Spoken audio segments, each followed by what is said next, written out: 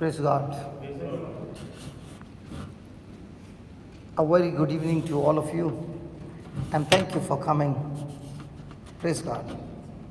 Can we just make a small prayer asking God, the Father, to help us understand the truth that sets us free? Loving Father, we thank you, we praise you. We, your children, are gathered here in this place. Lord, it is you who nourishes our soul with your word, and it is your word that is living and active, sharper than two-edged sword, working in our life, that strengthens us, that brings us into a close intimacy and helps us to live a victorious life. We thank you, we praise you, Father, as you unfold the mysteries and the secrets of your kingdom, revealing to us the truth that sets us free. We thank you in advance that the truth that you're going to reveal to us today is not only going to nourish us and strengthen us, but we in turn will be a blessing in your kingdom. We thank you, we praise you, and we thank you in advance for all the signs and wonders that you're going to perform, confirming the word that is being preached tonight in our midst. We thank you, we praise you, in Jesus' name, amen. Praise God. So we are going to see lots and lots of signs and wonders. But these signs and wonders we will see when we understand the truth. So let's quickly go to Gospel of John chapter 8. And let's start with verse number 30.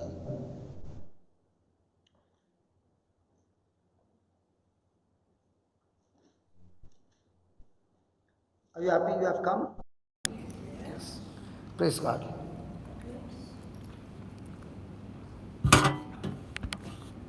So let's begin.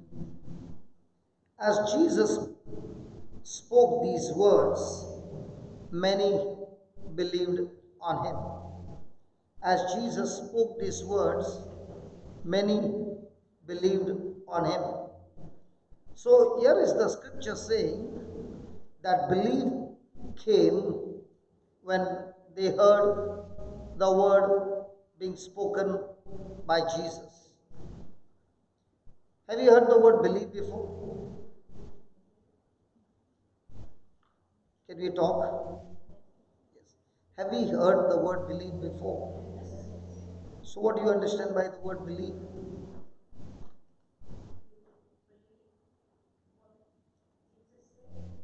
Now, what do I understand by the word believe? What is believe?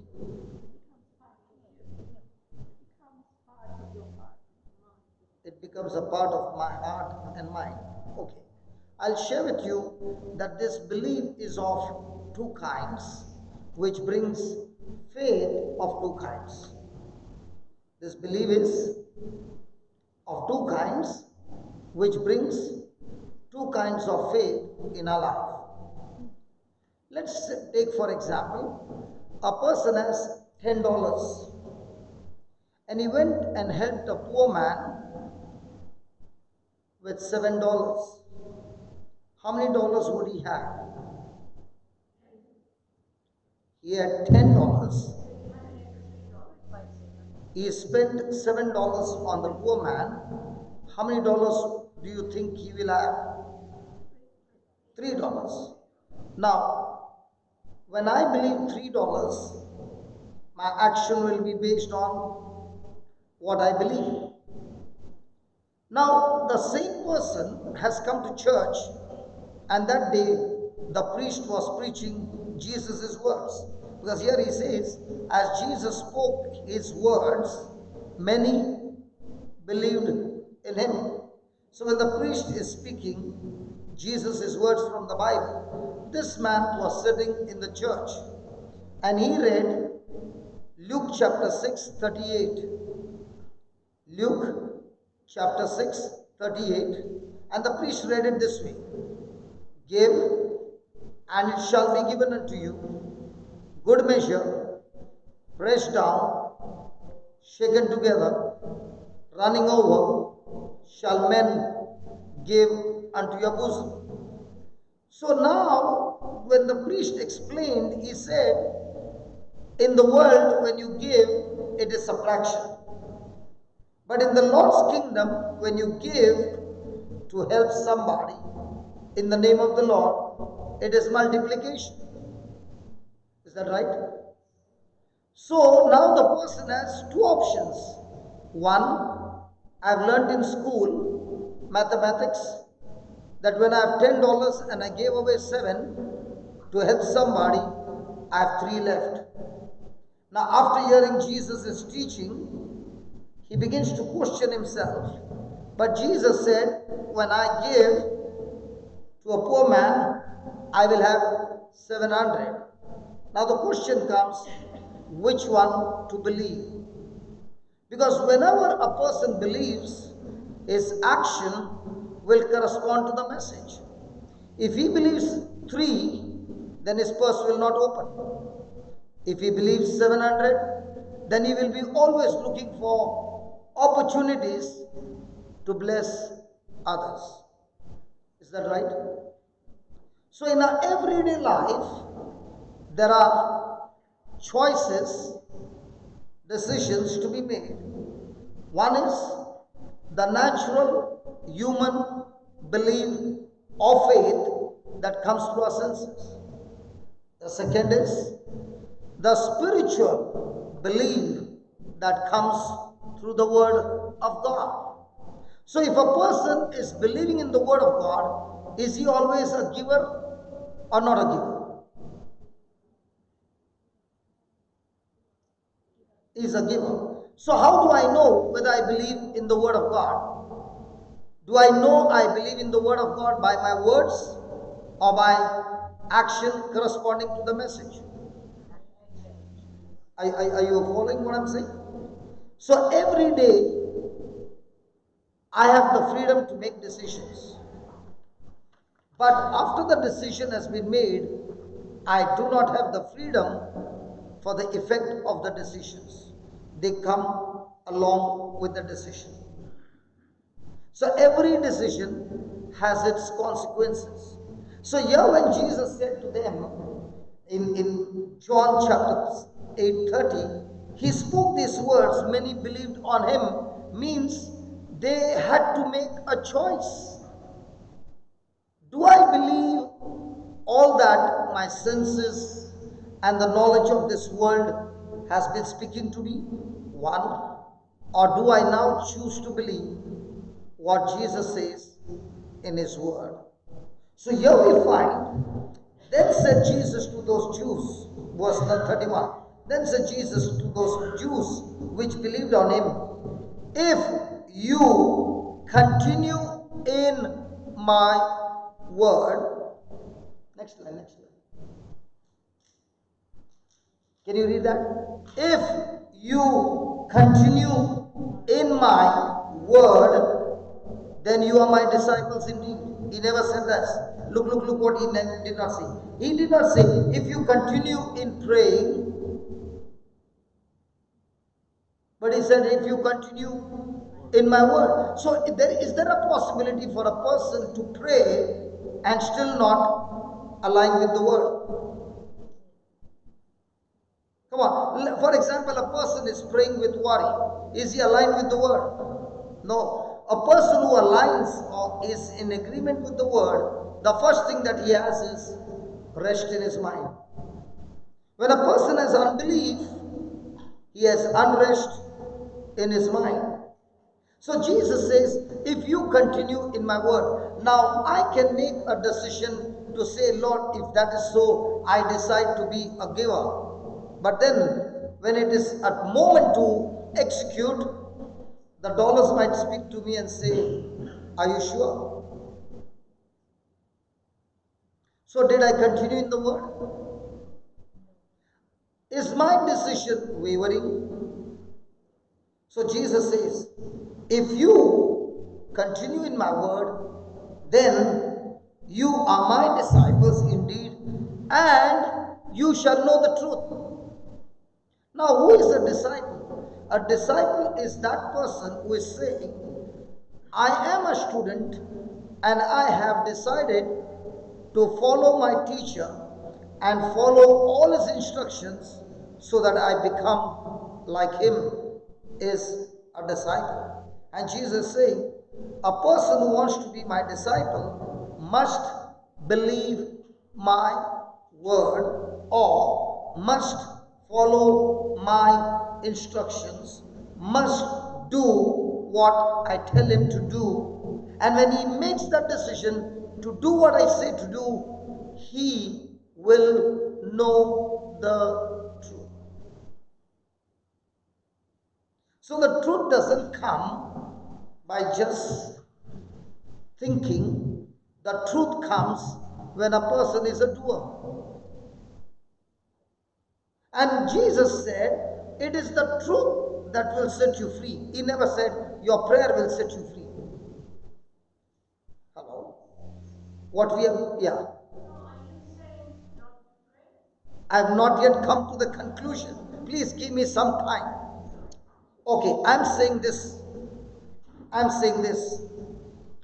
Many people think my prayer will make my faith work. That's wrong. But my faith will make my prayer work. So, when do I have faith? I have faith when I agree to his word without physical evidence. So faith is always believing not on the physical evidence but the word of God. So I have made a choice to go with this word. So now that I am applying this word, I am moving with my faith. Now when I pray on that word, faith will work. Prayer will work. But I do not know the word and I am praying a prayer which is not according to the word. Now, will that prayer work? Let me give you an example, sister. Do you drive a car? Good. So you got into the car and you are not very sure about the gears. But you know you have to put the gear for the car to move. So by error, you put a reverse gear. And then you started saying Psalms 91. Okay, and you said it 5 times. Then you made a prayer and you said, God, I'm going to accelerate and you are going to protect me. And you're looking in front. Now, after all that prayer, will the car go in front or behind?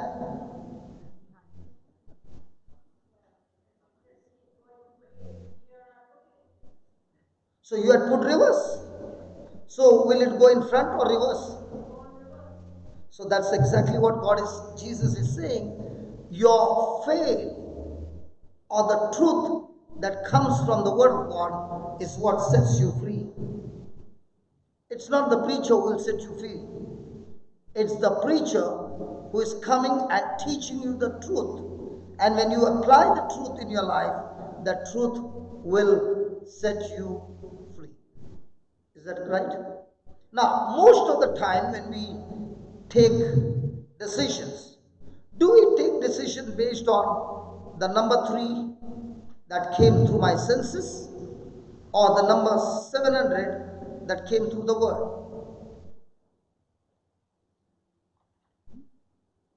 You didn't follow. I had $10, I gave 7, I have 3, which I can see. But on the other hand, Jesus is saying, because you did it for my sake and in my name, I have multiplied it to 700. Now, which one do I follow every day? Wow, that means your life will be every day supernatural. And if it's not happening, then there is something wrong with the Bible. Are you following? Please understand, we always say, I have faith. But when I say I have faith, my faith is mostly based on my senses. For example, here are two beautiful ladies here. If I ask her, do you believe there's a lady sitting, do you believe by faith there's a lady sitting next to you? She said yes. The answer is wrong. She doesn't need faith to believe that a lady is sitting next to her. Because faith is believing the unseen. She should have said, I don't need faith to believe that she's sitting next to me. I can see. That's why I know that she's sitting next to me.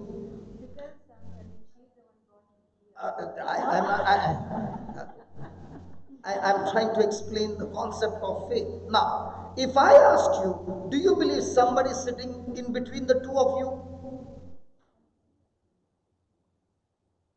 She's now puzzled. Now, when she looks into the Bible, Psalms 91 says, I have put my angels charge over you. Can I see the angels? No. But if he said he has put his angel charge over me, that means they are there or not there. Either he is telling a lie, and if he is telling the truth, then I have a choice. My senses are saying he is not there. The angels are not there. But my faith is saying, because he said, they are there. So my assurance, my confidence is based on senses of the Word of God. And the Bible says, the just shall live by faith and not by sight. The Bible says, it is impossible to please God without faith. If I want to worship God and I'm worshiping God with my senses, God says, I'm not at all pleased. I want you to worship me. I want you to have an intimacy with me, not on your emotions, but on the Word of God. I told you in the beginning, before we leave this place, we will see lots and lots of healings. Father introduced me and said he has a gift of healing. I want to say, this gift of healing is to everyone who believes in Jesus. Now when I said believe, I'm not saying a person who believes Jesus with his senses. I'm saying a person who believes is a person who believes through the Word of God. And that's why you will see tonight, before we leave, there will be amazing healings, amazing things that you will say it is impossible. But when a person believes in the Word of God, that Word of God will produce amazing supernatural result. Why will it produce supernatural result? Because the Word of God is divine. The Word of God is super. And when this super is connected with my agreement, it becomes supernatural. So as a Christian, what is my life? My life is not how much I can ask God, what can you give me? My life is all that He has given me in His Word. How much do I renew my mind to believe it, to live it, and to act on it? And when that becomes my lifestyle, every day my life is supernatural. Are you with me? Praise God. Hallelujah. Thank you, Jesus. Thank you, Jesus. Okay, we'll take a passage and we will see how did this person get healed. Okay, we'll take a few passages and ask a question. If I am in that place, what would be my response? Are you following? Yes. Okay, let's go to 2 Kings chapter 6 and verse number 8. Are you ready? My friends, are you ready? Yes. Okay, here we go. Then the king of Syria warred against Israel and took counsel with his servants, saying, in such and such a place shall be my camp. And the man of God sent unto the king of Israel, saying, be aware that you pass not such a place, for there the Syrians are come down. And the king of Israel sent to the place which the man of God told him and warned him of, and saved himself there, not once, not twice. Now, here is the king of Syria. He has made a plan to attack the king of Israel. And he has told his army, stay here in hiding. When the king of Israel will pass that way, finish him. But a man of God, a prophet of God, Elisha, he has sent a word to the king of Israel, saying, your enemy is waiting in such and such place. Do not travel that way, go the other way. And the king of Israel believed the prophet of God, and he moved in a different direction, and he saved himself not once, not twice, but many a times. Okay, now look at verse number 11. Therefore, the heart of the king of Syria was so troubled for this thing, and he called his servants and said unto them, will you not show me which of us is for the king of Israel? If something happens again and again, the king of Syria is so annoyed. He is saying, there has to be somebody in my kingdom who is giving the news to the king of Israel, and this king is able to save himself. He is really annoyed. Now watch this. And one of his servants said, none, my lord, O king, but Elisha. But Elisha, the prophet that is in Israel, he tells the king of Israel the words that you speak in your bedchamber. Oh my God. Can you believe the Holy Spirit's anointing? That the king of Syria is in his country, the prophet of God is in his country, and the Spirit of God is revealing to the man of God what this king of Syria is making plans to destroy the king of Israel. Now, with our mind and with our senses, do you wish to believe this line? Possible? No phone calls, sorry. No hidden mics. No CCTV. Only anointing of the Holy Spirit. Okay. Then the king said, go and spy where he is, that I may send and fetch him. And it was told him, saying, behold, he is in Dothan. Therefore he sent their horses and chariots and a great host, and they came by night and compassed the city about. But when the servant of the man of God was risen early and gone forth, behold, an host compassed the city, both with horses and chariots. And his servants said unto him, alas, my master, what shall we do? Now the king of Syria has got a problem. Every time he makes a plan, his plan goes for a toss. Why? This man Elisha gives out all the secrets. So for the king of Syria, before he can kill the king of Israel, whom should he get? Elisha. So to get a prophet of God, does he send an army? Hello? Now, has the army come and surrounded the city? Yes. Now, early the next morning, who opened the door and saw? Elisha? No, the servant of Elisha. Elisha never came out, but the servant of Elisha came out. Now, did he speak to the soldiers?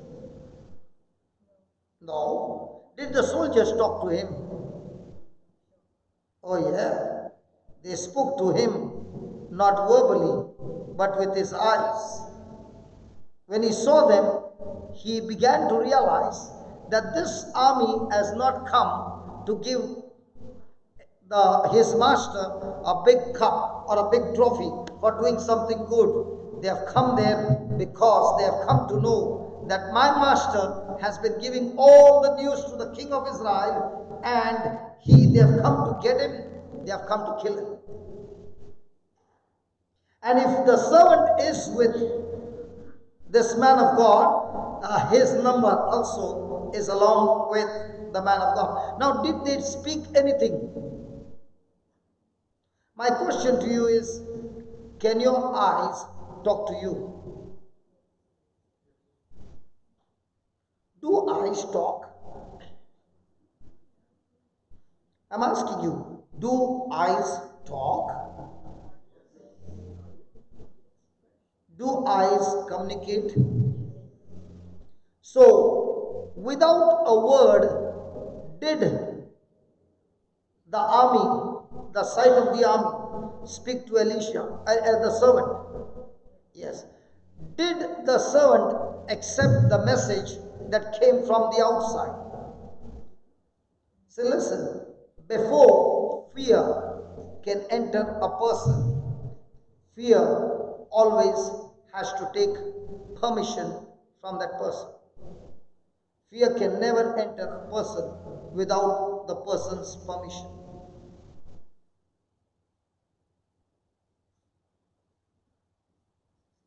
Nobody spoke, but the servant saw with his eyes, got the message why they are there, accepted the message, and went and spoke to his master.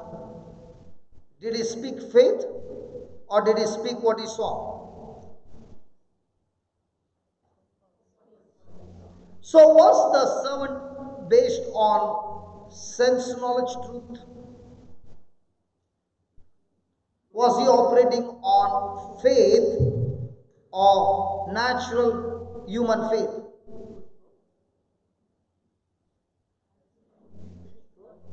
Was you operating on God's faith or natural human faith?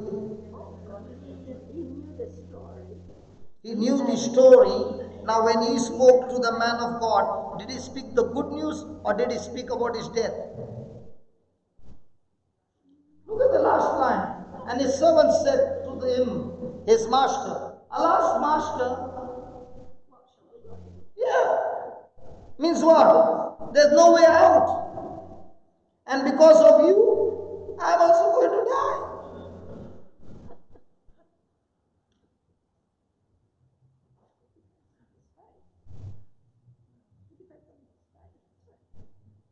Has any time your eyes have spoken to you?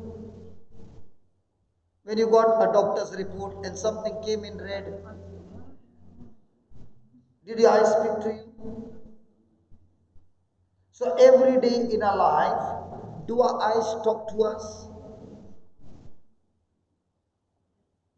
Do our ears talk to us? And when these eyes are talking to us, ears are talking to us, all that communication that is going inside, do we do the processing? Yes. And after the processing, what comes out? God kind of faith. Wow. What comes out? Is it possible for a person to be in the church for the last 60 years, but when a test comes, he chickens out in no time?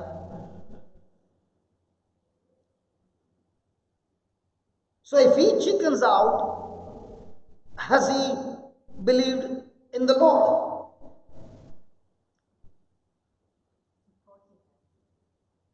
Sorry? He thought he had. Your answers in Australia are extremely beautiful. They are all coated with sugar. When I would have asked the Indian, he would have said, no, I'm absolutely wrong. But the Australian would say, he thought it was like this. Praise God.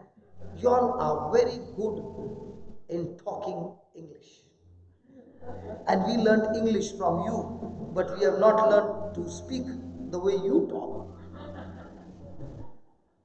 Present it in such a way that it looks good, but the result is the same. Now, do we come under this category? Thank you, Lord, for your word. Thank you, Lord, for this. Thank you, Lord, for that. Thank you, Lord. Thank you, Lord. Thank you, Lord. And now when the pressure comes, is there any more thank you? Or is there extreme fear? Okay, let me put it this way. When I was 7 years old, my brother took me to a swimming pool and he said, I will teach you to swim. And he showed me this is 3 feet, this is 5 feet, this is 8 feet, and this is 15 feet. And at that time, I would have been 3 feet. And he gave me certain instructions and he said, if at all you find yourself in the water, first thing, don't open your mouth. Because if you open your mouth, the water will enter. 2, don't try to scream underwater. 3, don't stay like a statue. Do something, hit your hands, legs as hard as you can. You will surely come to the surface. 4, when you come to the surface, don't stop and scream. Keep hitting the hands and legs, you will remain on the surface. You stop, you go in. Is that clear? I said yes. Before I could say yes, I was underwater. And he put me in 15 feet. I went down and I remembered what he said and I hit my hands and legs. I did come to the surface, but I did not follow his instruction. I started screaming and I went in. Again I did that and I came out. Again I made the same mistake. I stopped and I said, help, help. And I was looking at him. And the third time I went, I had no strength to come out. I went underneath, no more strength. How much I'm doing, I'm not coming out. It was over. And that's the time he dived, brought me out, and I was panting for air. And he said to me, I told you to follow the instructions. I was panting. And he said, sit down here and watch me. And he dived in the same water, went around and came back. By now, I was back to normal. And he asked me, do you want to go inside or you want to go home? What would you do?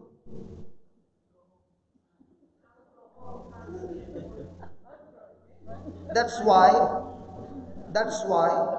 you could not master the water.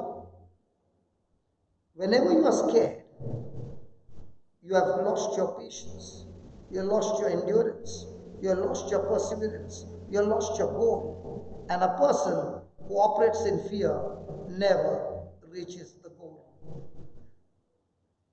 Everything in your life that you have achieved is because of your perseverance, of your endurance, of your patience. Without these things growing in your life, you can achieve nothing. A person who has got fear cannot achieve anything in life. He lives the most defeated victim life. When he asked me, I said, if you can do it, I can do it. You have learned the trick, you have learned the strategy, you have learned the knack. I have not, but I will surely learn it. So he said, are you ready? I said, yeah. The second time, I was better than the first time. I did not swim, but I was better than the first time. The third time he put me, I was much better. The fourth time, I said, I want to go, but I'm tired. Next morning, he woke me up and he said, are you coming? I said, I'm surely coming. Who told you I'm not coming? If you can do it, I will do it. Praise God. He took me the next day and he said, now that your fear is gone, I can teach you. The next day I was swimming from this end to that end. And I was watching others for 6 months. They are in the same pool doing and never took the risk, never fought a battle and never took it. For 6 months they are still in that 2 feet water and playing. But what about the other person? He said, no, I'm ready to go for a fight. That's why Paul said to Timothy, fight the good fight of faith.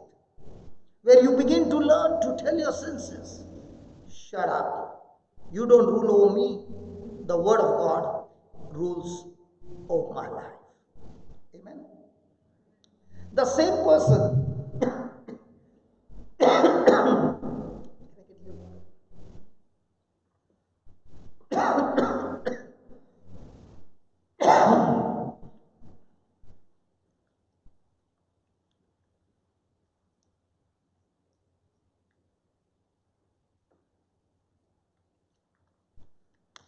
the same person who could not swim. I was swimming 5 kilometers every day, non stop.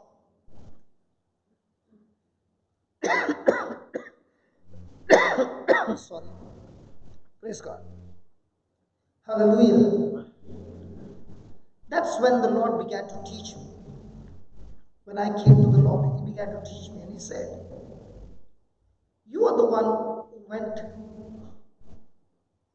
inside because you did not know to swim.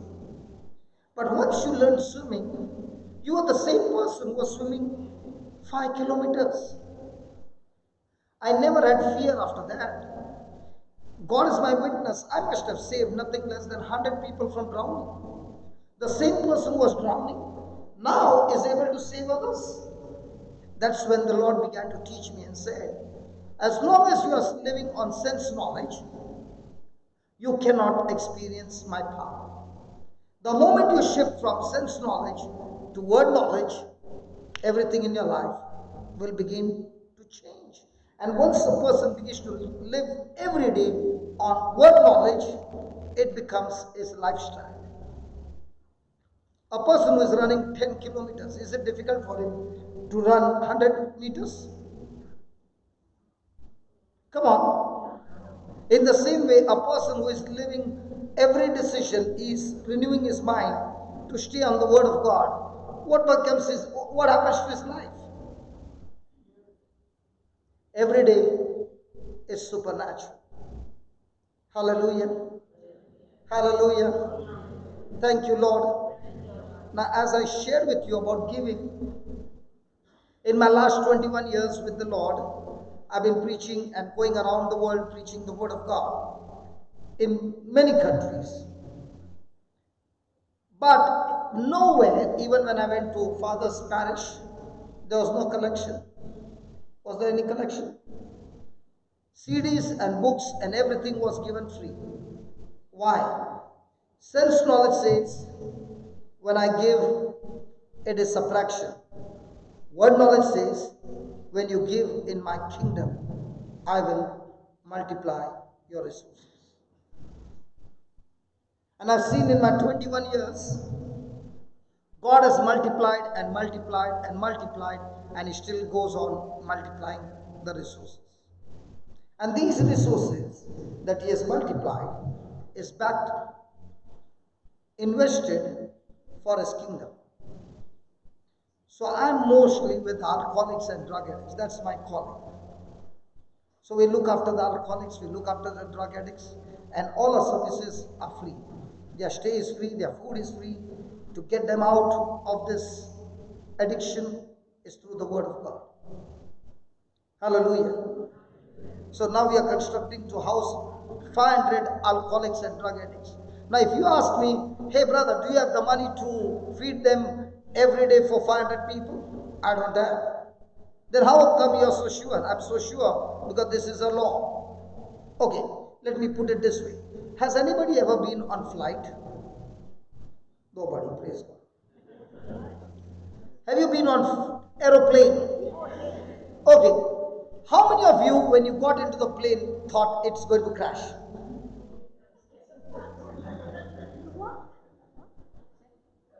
You are scared?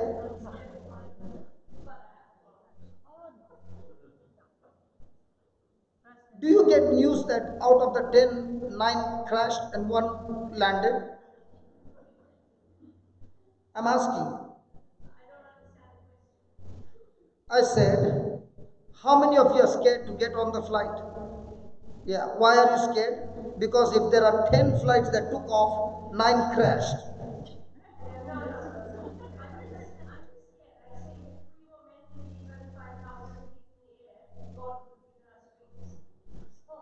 So why are you scared?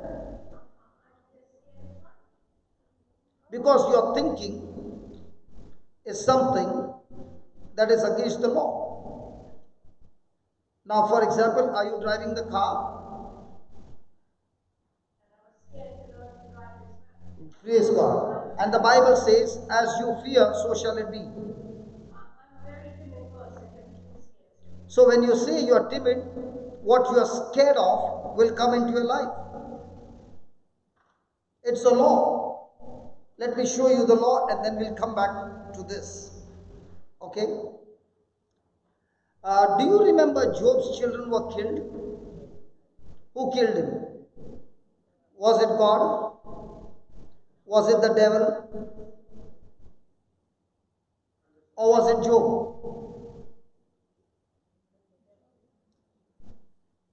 You don't know. So let's see. Do you believe what the Bible says is true? Yes. Give me Job 3:25, brother. When you confess that you are scared and you are timid, my dear sister, you are activating a law. Please read that. This is what Job is saying. For the thing which I greatly feared is come upon me, and that which I was afraid of is come unto me. I was not in safety, neither had I rest, neither was I quiet, yet trouble came. Now, when you are on flight, let's say you had to take a flight, are you at rest? In your mind? So what is Job saying? I was not at rest. I was trying to be quiet. But the trouble came. All that I was thinking and imagining has come upon me, and all my children were destroyed. Now I'll show you another law. Give me Proverbs 18:21.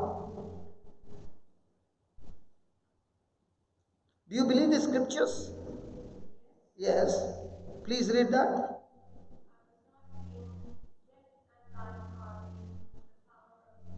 You got a tongue? And what words do you speak? Life or death? When you said you are timid, did you speak life or death?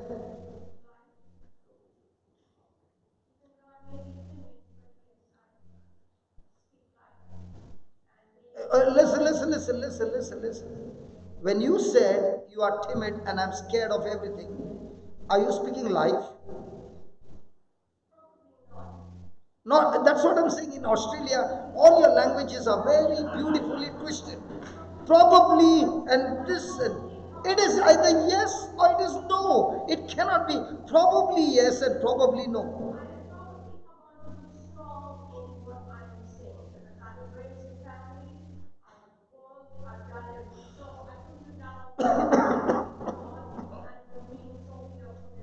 My dear sister, listen.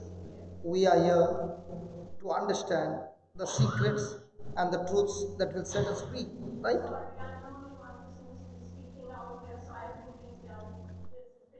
Hmm. By you speaking out, we are all learning.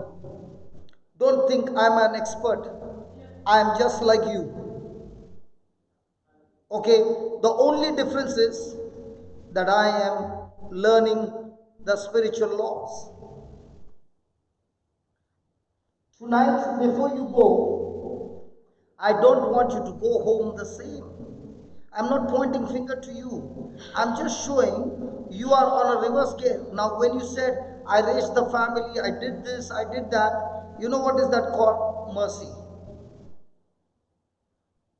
When a Hindu walks into the church, he doesn't know Jesus. It is not faith that heals him. It is the mercy of God that heals him. He comes the second time, God gives him. He comes the third time, He gives him. The fourth time, it's not mercy anymore, because God wants him to now grow in faith.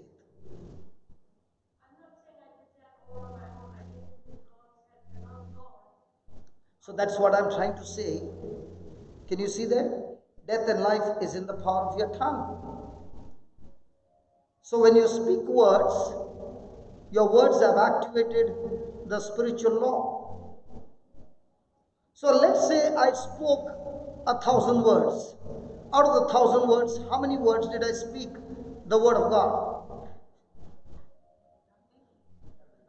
Now let's say a mother can see a children going on the wrong side. Now what will her senses say? You have lost your children.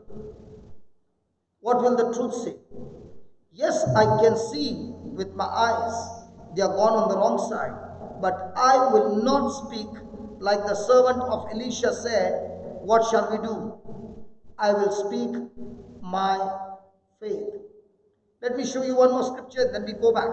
Joel 3:10. Joel 3:10.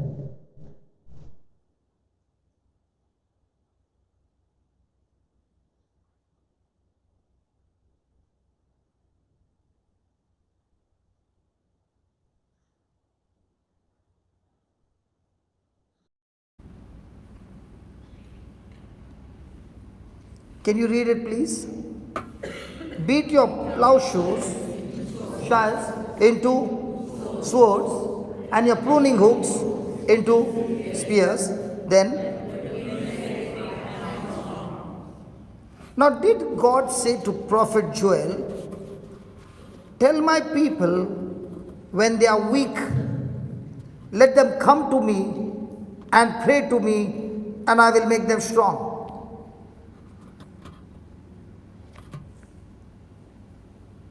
Did he say that? He said, don't even come to me. You say you are strong, and when you say you are strong, it's my responsibility to make you strong. Did he say to the prophet Joel, tell my people that when they are weak, let them think that they are strong? No. He said, open your mouth and say you are strong. Is that right? So when a person is sick, what should he say?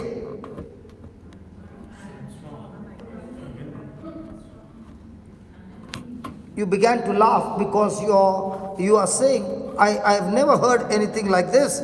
How can I say when I'm sick, I'm healthy? Yeah. Now when you said that, I'm not feeling well, I'm sick, right? Did you speak faith or did you speak your sins? Sense. Now, did Jesus say your sense has healed you or your faith has healed you? He never said your senses and your faith, because senses and faith are on two opposite directions. So when a person is on faith, is he speaking the things that he can see and feel, or is he speaking based on the word of God?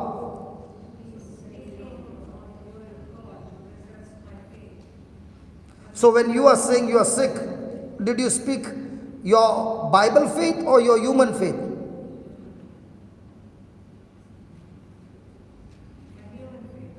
So when you spoke your human faith, did Jesus say that human faith will bring any healing?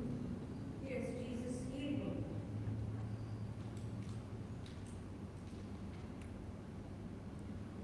You know, sister, you and I can argue the whole day. You know what is needed? Listen. Do you know what is needed? I say to God, I'm not challenging your word. I've understood my mistake, Lord.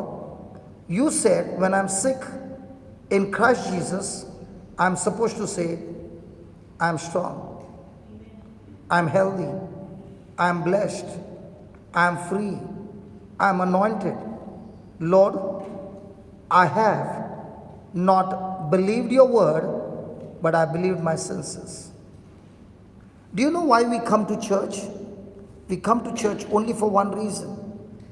Jesus talks to us from this altar through the written word of God. And then the priest explains what Jesus wants to say. And after the explanation is done, Jesus expects only one thing from us: correction. And there is no person in this world who can correct us. Perfect correction. Jesus is the perfect man who has never made a mistake. And that's why he is a perfect corrector. And when a person comes to church with this attitude, Lord, I'm going to church. What are you going to speak to me? What are you going to show me in a mirror that I am going wrong? And if you can show me, Lord, where I'm going wrong and I can make a correction, wow, my future is going to be different. I'm no longer going to reach a destination which you have not planned. I'm going to reach a destination which you have planned if I choose to agree with you. A Christian living is not going and asking God, God give me, God give me, God give me. But a Christian life is all about looking to Jesus, the Word that became flesh, and making the necessary correction by saying, Lord, this Lenten season, you have called me to renew my mind, you have called me to change my life, and not for those 40 days, but for my lifetime. So that this is the time of mercy, this is the time of grace. I have come to your house, Lord, and I'm looking at your word, and I'm finding, Lord, all my life I've been speaking my senses. Every time I open my mouth, I speak my worries, I speak my fear, I speak my pain, I speak my hurt. But like you, Jesus, you never spoke a negative word. Jesus, you went through the cross, but you were not worried. You were filled, you embraced the cross with joy. How come, Jesus, you had that joy? You had that joy because you never looked at the cross. You never looked at the suffering, but you looked at your sacrifice, which would bring salvation to the whole human race. Teach me, Lord, not to look at the things that I see, but look at the things that I see through those things, through the word, how this thing is going to take me to the next level. Just like you beautiful sisters became a mama. You got pregnant. You did not even know what is pregnancy. But for the first time you got pregnant. And the doctor said you are pregnant. You did not see the baby. You could not feel the baby. But from that time on, you took every precaution so that the baby is not hurt in any way. But after 3 months or 4 months, or maybe 5 months, you could feel the movement of the baby.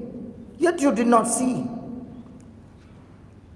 But if the doctor said, listen, for your baby's sake, you should not eat this and this and this, and you love that, won't you sacrifice? Come on, won't you make the necessary adjustments? And on the 9th month, the doctor said, listen, when you feel the pain come, don't wait at home. Come as fast as you can. And see, you come in a car, don't come horse riding. Will you come horse riding? You will do every precaution because your mind is on the baby. And the labor pain started. And the labor pain went on for 12 hours, 24 hours. At that time, you are saying, God, please help me. This is the last baby. I don't want any more baby. But please get this baby out of my womb. And the baby came out. You were tired. And the nurse said, this is your baby. Did you say? You quickly grabbed the baby.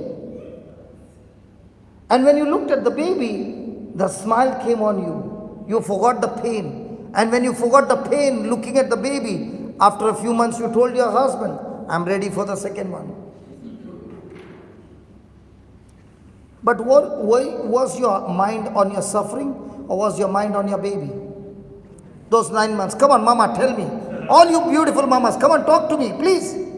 If your eyes are on the suffering and the pain, you will say, this first month is enough. I'm not going any more 8 months. I'll tell you, even if the pregnancy was 9 years, even then the mama would go through. Because her desire is, I want to bring that life into this world. In the same way, Jesus talks to us through His word and He's saying, I am inside you. You are pregnant with me. If Mama Mary received a word from Angel Gabriel and she said, let it be done unto me according to your word. Come on, was it easy for her? In those days, if a woman gets pregnant without getting married, do you know what's the punishment? She'll be stoned to death. Now, how is she going to go and tell her mother? Let's say you are Mama Mary's mother, okay? And you are saying, darling, how come your stomach is coming up?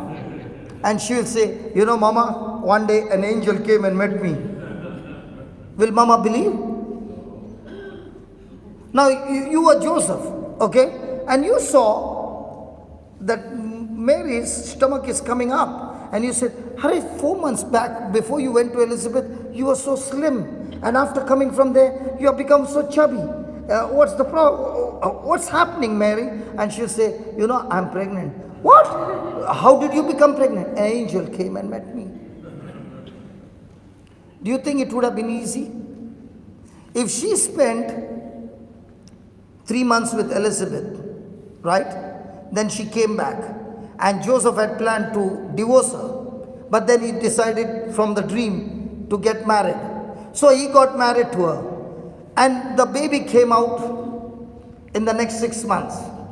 If a baby is coming out in 6 months from the day of marriage, and the baby looks healthy, what will people talk? In all the talk, was she still on word knowledge?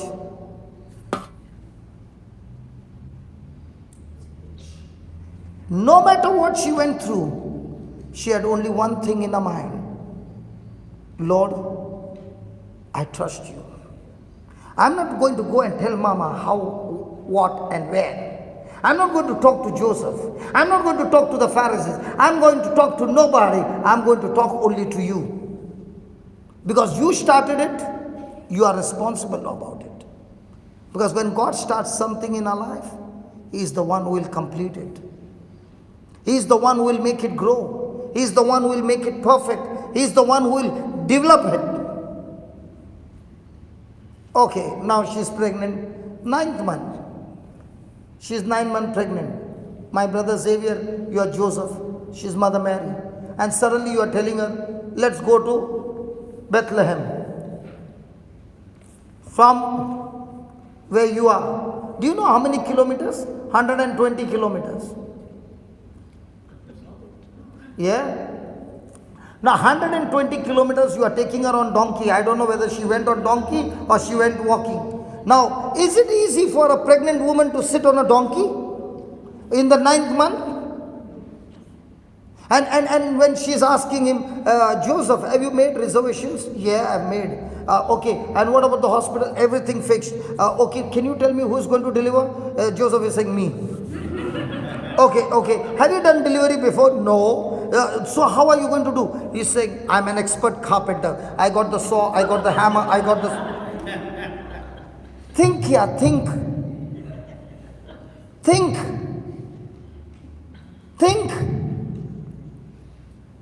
She had nothing.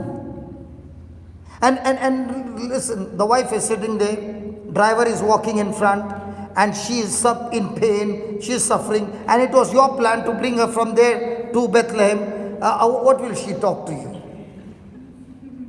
Any husband, any married people here?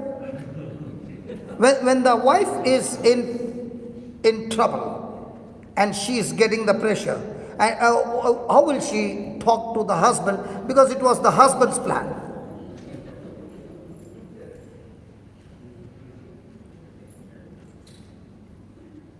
Nobody's talking, brother.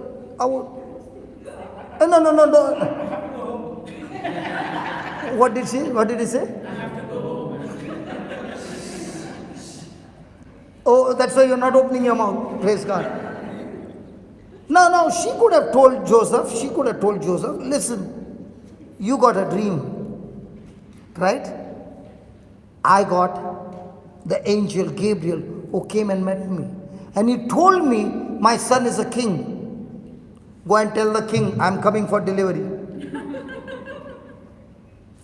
Come on. And when Joseph finds no place and he finds a stable and Mother Mary is there, will she say, you want me to deliver the baby here? In this most hygienic place? Did she speak a word? She had one thing in her mind.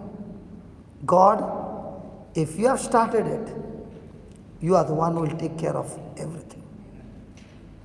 Every moment she had every chance to open her mouth. If I fast forward, did the angel Gabriel say to Mother Mary, your son will sit on the throne, he will be from the throne of David, his kingdom will never end, and all that. And now she sees her son on the cross. Hey, come on, angel. You told me all those lies. Hey, my son should have a crown of gold, and he has got a crown of thorns. Hey, the shepherd came and told me, glory to God in the highest and peace to men on earth. What peace? They are breaking my son into pieces. What all prophecies were given? Simeon said, he is the Redeemer. And said, he is the Messiah. The wise men said, he is the King. Come on. Everything looks to be a lie. But did you find Mother Mary opening her mouth? No. Another incident. She's gone. They have gone to the temple and they don't find him on the way back. They are searching for him, and after 3 days they find him in the temple. And when she's asking, why did your father and I were so worried? And what is he saying? Don't you know this is my father's business? Okay, and then when he grows up, he's gone for a wedding, okay, and there he's saying, the mother comes and says, they have no wine, and he's saying, what does that do to me? My time has not yet come. And she tells the servant, please listen to what he's saying. But when he's addressing to his mama, what is he calling her? Woman? How would you feel if your son calls in front of all his friends, woman? Did she open her mouth? She did not understand, but she did not open her mouth. Why did Jesus call a woman? He called a woman to tell his disciples the prophecy that was given in Genesis chapter 3. The seed of a woman will crush the head of Satan. She is the woman, and I am the seed. He spoke to his mother twice, woman, the beginning of the ministry, the end of the ministry. When he was on the cross, he spoke to his disciple John, behold your mother. And to his mother, behold, woman, behold your son. There are many things that happened in her life which was exactly opposite to all that was told, but she would not open her mouth. Do you know why? Because she would not allow a sense knowledge, but a word knowledge. In all these things, she was quiet because of one thing. Can you tell me what was the one thing which made her quiet? In spite of every prophecy going wrong.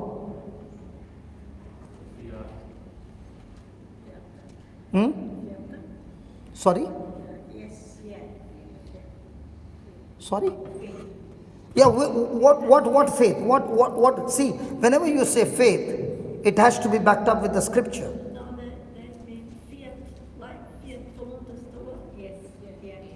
May your will be done. Yes. According to your word. Yes. According to your word. So what was that? Now all these prophecies were given to you, and everything is going wrong. Your son is going to live forever. Your son is going to sit on a throne. His kingdom will not end, and he's dying on the cross. Will you keep quiet? Do you know why she was quiet? Because there was one thing that had come true, and that is something impossible had come true. You will bear a son, not from a human father, but the Spirit of the Most High will overshadow you, and the conception will take place. Now that is something impossible. No woman has ever experienced. And she has experienced that. And she would have said to herself, I don't understand God's way. Because God's ways are not my ways. God's thoughts are not my thoughts. But if that prophecy, which no woman has ever experienced, has come to pass, then I do not know all the other prophecies has to come pass. That's an impossible thing that has happened in her life. Is that right? Come on, is that right? Yes. Now, in our lives, has some prophecies, some promises been fulfilled? Yes, yes. Now, when a trial comes or a hardship comes, do we quickly jump on that which has come to pass, or do we quickly jump on our senses?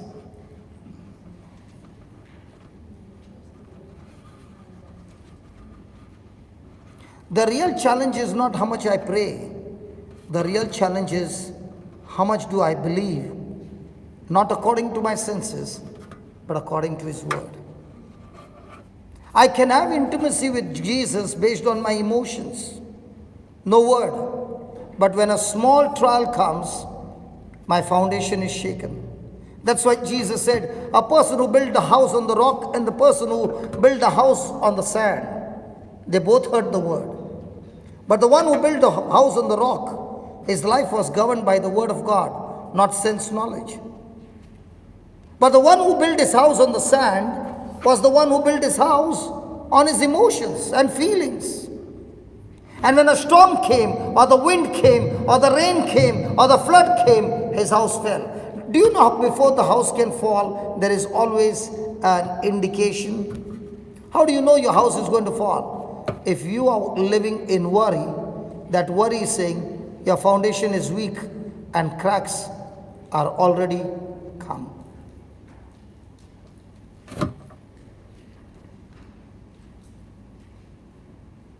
Tonight is the night of your miracle.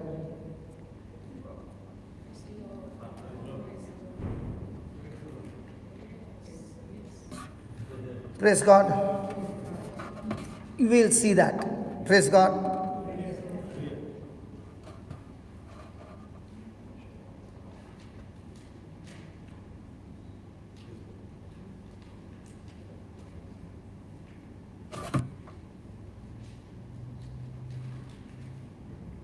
Praise God. Hallelujah. Hallelujah. Hallelujah. Thank you, Jesus.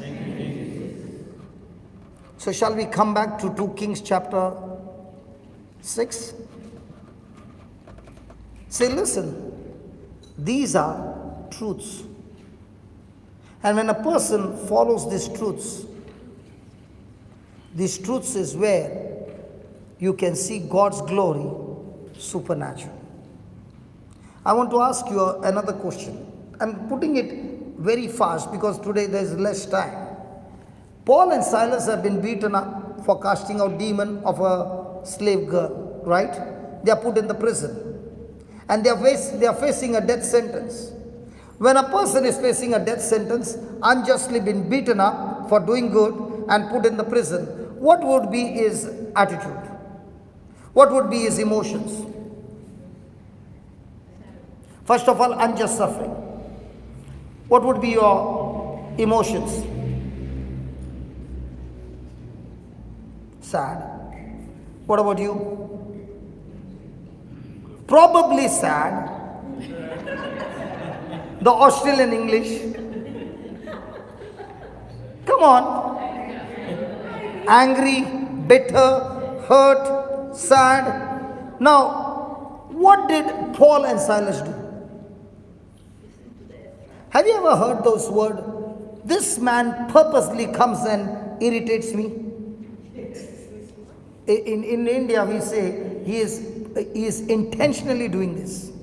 He is purposely doing this. He is deliberately doing this. Have you heard that? Idhar hota hai kya aisa? They say like this. No, they use this language. Huh? No, I'm asking you, in Australia, in the office, there will be one fellow who is irritated. Okay, he'll purposely come and irritate you, cause more problem.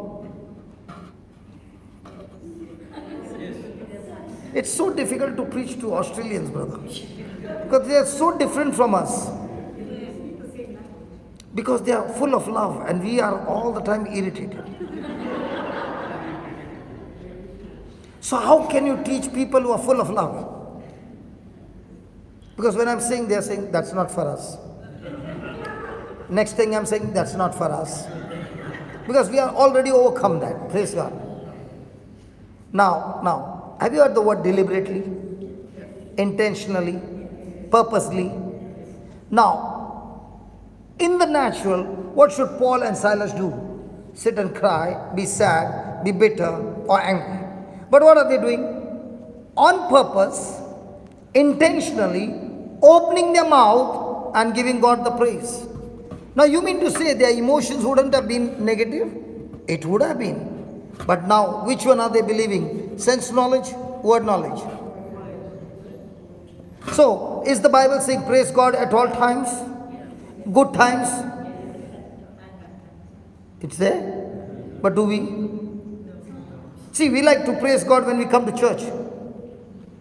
But when at home, dishkum dishkum is happening, you don't understand. It means, dishkum means, when the Indians understand, how do I put it? A dishkum means when there is arguments, not physical but verbal. At that time, praises come out. So at that time, our emotions rule over our life. And when emotions rule over our life, will you have victory or defeat? Has anybody ever taken, my brothers and sisters from Australia, we Indians are always moved by emotions. Now Australians, have you ever in your life ever taken decision based on your emotions? Only you, brother. Are you from Australia? That's I knew it. There has to be some change. Praise God. Hallelujah. Where are you from? From heaven. Born again Christian. Hallelujah. So the real challenge is what? How am I going to live my life? On sense knowledge or word knowledge? Let's go back to that servant. Thank you, sister. Because of this, I could give so many examples, and it really blessed everybody, including me. Did it bless everybody? Come on. I love when people talk. We learn more. Come on, we actually learn more. Okay, here we go. Verse number 15, 6:15. When the servant of the man of God was risen early and gone forth, behold, an host compassed the city both with horses and chariots. And his servant said unto him, Alas, my master, what shall we do? And he answered what? So that means the servant was full of fear. So can you see fear?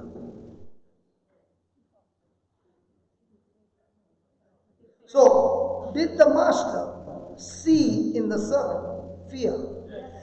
When he woke up, did he have fear? No. When he looked out and he came back, did fear enter him? So can fear enter in any moment? But can it enter without the person's permission? No. See, the master also saw the same thing. The master saw the same thing. The servant saw the same thing. But the response was different. Is it possible that we all see the same thing, but the response will be different? So that means what others do to me does not decide my future. What I respond to what others did to me decides my future. So who has the last hit? Somebody came and hit you. Who has the last, what do you call it? Who makes the last move? I. Does my move decide my victory or defeat? So, have you ever heard people saying, from the time I met this man, my life has become miserable? Again, this is for Indians only.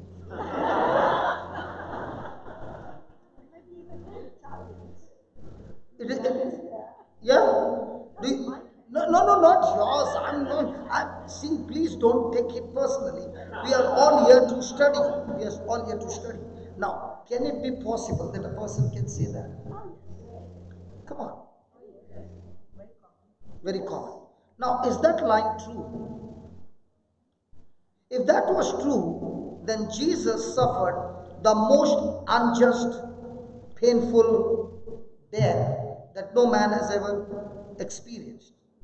But did that what was done to him negative decide his future? No. What he responded to what they did decided his future. So what is Jesus saying today to us? Your future is not determined with circumstances or people. Your future is determined by how you respond to your circumstances. Oh Jesus, did you understand what I said? What if Jesus on the cross, after everything was over, he opened his mouth and said, Father, kill them. I cannot take any more torture. Lord, Father, save me. Every word would have changed the result. So under pressure, what comes out of my mouth decides my result. Anybody married? All those who are married, do you go under pressure because of the children, because of the spouse, because of the in-laws, outlaws, finances? Come on. And during that pressure, what comes out of your mouth?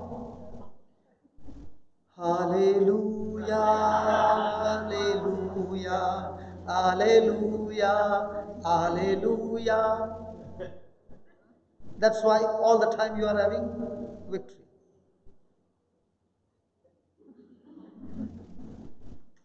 Praise God. So my friend, what is Jesus saying today to us? Your future is determined by in whose hand? Your future is in whose hand? God's hand. Brother, you are not an Australian. You are visiting.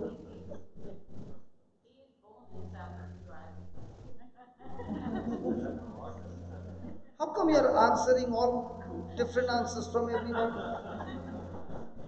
Hallelujah. So,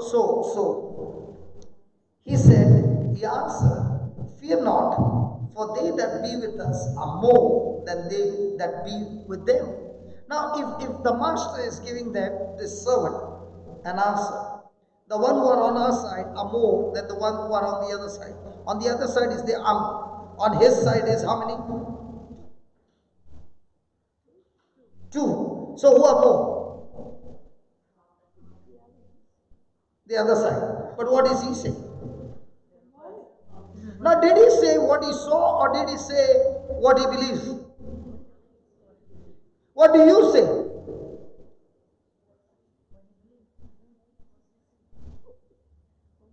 In this church, I am so surprised. Everybody is giving the right answers. Praise God. That means your life is everyday supernatural, because these right answers always will bring supernatural results. So you are the people who are always excited about troubles. Because in the midst of troubles only, you can get supernatural results. No trouble, no results. So let me pray to God that all those who are from this church, Lord, increase their trouble, because when you increase their trouble, they'll get more practice and there will be more reward, which will bring a blessing to the kingdom of God. So shall we pray for more troubles?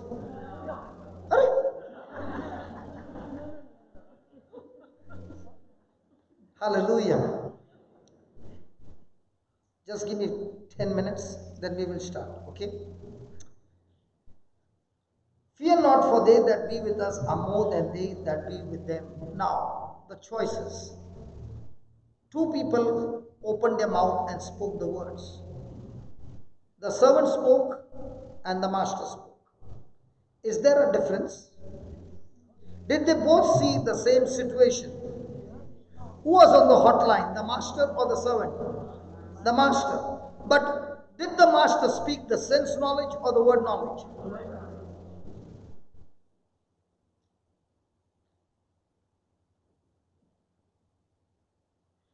And Elisha prayed and said, Lord, I pray thee, open his eyes that he may see. Wow, the servant was blind.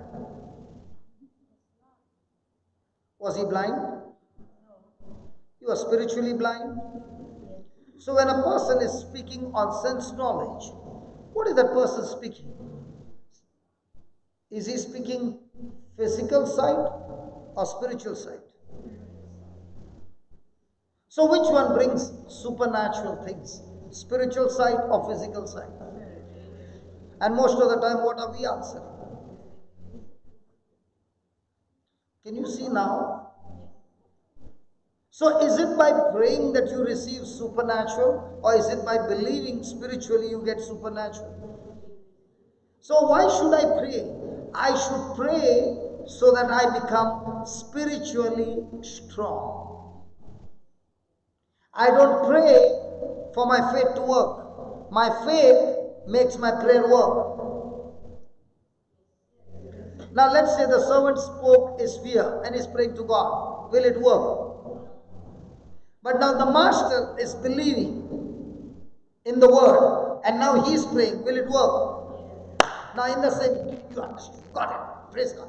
Now in the same way, in your life, do you believe in your senses or do you believe in the word? And if you believe in the word and now you pray, will it work? But all of the time you are believing in your senses, you are praying, will it work? So what is more important? Believing in the word. So what's your battle now? To fight outside or fight inside? So where is your enemy? Outside or inside? Did you get it? Hello, did you get that? Yes. And once you get that, we will see the miracles happening. If Elisha believed in the word, now why did Elisha believe in the word? That he said, we are more than them. Did he see with his natural eyes? No. Did he believe in angels? Did he believe in the divine power of God? How come? Had he seen his own master being taken to heaven in a chariot? Had he experienced the power of God on him? Have we believed in the Holy Ghost? Have we received the Holy Ghost? But when we open our mouth, do we speak what the Holy Ghost says or what our senses say? The Holy Spirit will always lead you to Jesus, who is the Word. But instead of we being led to the Word, the stranger, the thief who comes to steal, kill and destroy, he inspires us to look to our situations and circumstances and open our mouth and speak a fear. Is that right? And now that I understand this is how it works, now what do I need to do? Do I need to study the word or read the word? Do I need to practice and train my tongue to speak God's word or speak whatever I want? So if a person is saying again and again to himself, I'm strong, I'm strong, I'm strong, I'm strong in the Lord, I'm strong in the Lord, I'm strong in the Lord, I'm strong in the Lord, is he speaking his faith? Yes. Now let me give an example of faith. Have you ever been to a real restaurant? I'm not talking a picture, a real restaurant. Yes. Now I'm the waiter. Will I give you the menu card first? Yes. Will you place an order? Now, while placing an order, will you speak words or even point your finger what you want, or you will say? Do you need to speak and place the order? Okay. After taking the order, I will ask you again, is this all you want? I say yes. Then will I catch you and take you to the kitchen? What you ordered, I will go there, tell the people in the kitchen, get it ready. Now, will I come the next minute? No. So will you sit and start praying, God, please let the food come, let the food come. Hallelujah. Thank you, Jesus. Thank you, Jesus. Thank you, Jesus. Thank you. Hallelujah. Come, pray, pray, pray, pray. Will you do anything? Or will you be talking to your family and this and that and that? And what about the waiter? He will be on some other table. But at the right time, will he bring that food hot at your table? That is exactly what faith does. When you say, I'm strong in the Lord, I'm strong in the Lord, the spirit of faith has taken the order. He has taken the order. And when you don't change your words, but continue to speak the same words, and now you are engaged with all other things, the spirit of faith will check in you all that spirit of fear and destroy it. Oh God, if only they understand what I'm saying. Did you get that? Hello, did you get that? So from now on, are you supposed to speak what you see or what you want to see? Again, from now on, will you speak what you see or what you want to see? Because what you see is trouble, what you see is a problem, and what you want to see is the solution to that problem. So when you speak the solution, is the spirit of faith going to bring the delivery to you? So what's my job? To believe and speak. Whose job is to bring it to pass? The spirit of faith. The same way. When I speak my fear, believe and speak my worry, will the evil spirit bring those things to pass? So are my words so important that they connect to the spiritual world? Come on. Now let me give another example before we go any further.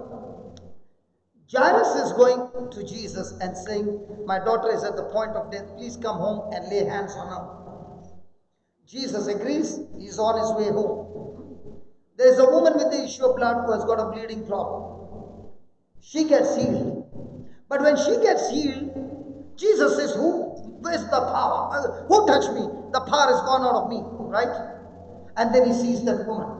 Then the woman comes and speaks the whole truth. The Bible says she speaks the whole truth. She speaks the... Have you ever heard a woman speak?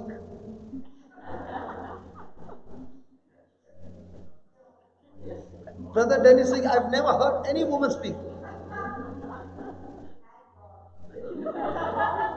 Did you hear some woman speak, brother? Now? Yeah. Whose voice was that? Familiar, but not knowing what is the name? Hallelujah. Now, she tells the whole truth, and the news comes that his daughter is dead. The moment the news comes, the daughter is dead, who opens the mouth first? The servant comes and tells Jairus, your daughter is dead. Okay? Who comes and speaks first? After the servant has delivered the news. Jesus. What does he talk to Jairus? He says, Jairus, do not fear. Why did he say do not fear? Because the word that has been, the message that has come is taking away your faith. So do not fear, only believe. What if Jairus had to say, Jesus, it's too late now. My daughter is dead. On the beach side, when he first met Jesus, did he say, my daughter is dead? Or did he say, my daughter is at the point of death? Did he say, you come and lay hands and get her healed? So was he speaking faith? Now when the news came and let's say he opened his mouth and said, Jesus, my daughter is dead. Now can Jesus do anything? Listen carefully. Listen carefully. At the beach he said, my daughter is not yet dead, she's at the point of death. You come and lay hands on her and she will get well, right? Now when the news came that the daughter is dead, And let's say Jairus opened his mouth and said, Jesus, my daughter is dead. Is the word that he spoke at the beach and the word that he's speaking now, are they the same or changed? So at the beach, he was talking what? Faith. At when he's saying, my daughter is dead, is he speaking the word or is he speaking his sins? Are you following? So what is Jesus saying to him? Do not fear, just believe. Means what? Don't open your mouth. Keep it shut. After that, do you find Jairus opening his mouth? How would you feel when Jesus goes to your house and your relatives are all there and they are all crying and he puts them all out? Everybody out of this house. And Jairus is not even speaking a word. His mouth is shut. What does that mean? Keeping your mouth shut is more powerful than opening your mouth and speaking your fear. Wow. Hey, did you get that? Keeping your mouth shut is more powerful than opening your mouth and speaking your fear. Whenever at home the argument is going on, we Indians have it very common. You all don't know, yeah. You did not really understand. I'm saying in India, I don't know, after coming to Australia, they must have adopted with you. Praise God, they have changed. But in India, the husband and wife will always have not love, argument.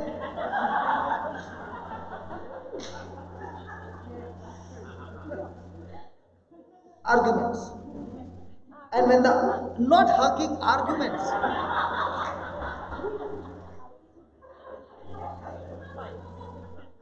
you are confusing me. So when the argument, while arguing they don't hug. Okay, when the argument takes place, the Holy Spirit is saying to one of the spouse, keep your mouth shut. The other spouse is instigating, hey, what man, keeping your mouth shut? Open, talk to me man, talk to me. What you're keeping quiet, talk to me. This is Indian style. Okay, now both of them are opening their mouth. Has anybody ever opened their mouth when the Holy Spirit said, shut your mouth? Has it ever blessed you? Oh, how do you know he's... So which one is more powerful? Keeping your mouth shut is more powerful than opening your mouth and speaking negative emotions. Do you get negative emotions? You got camera? We'll take a photo.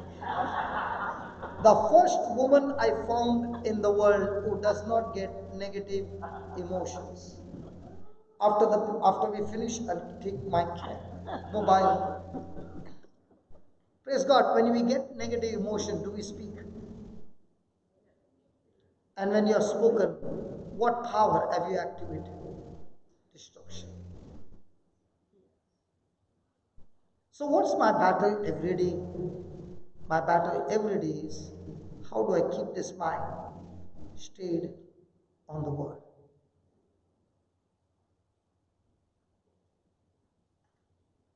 We can see the lights all around. It works on electric power. But that wire that carries the current has got two different material. One is copper and one is insulated plastic.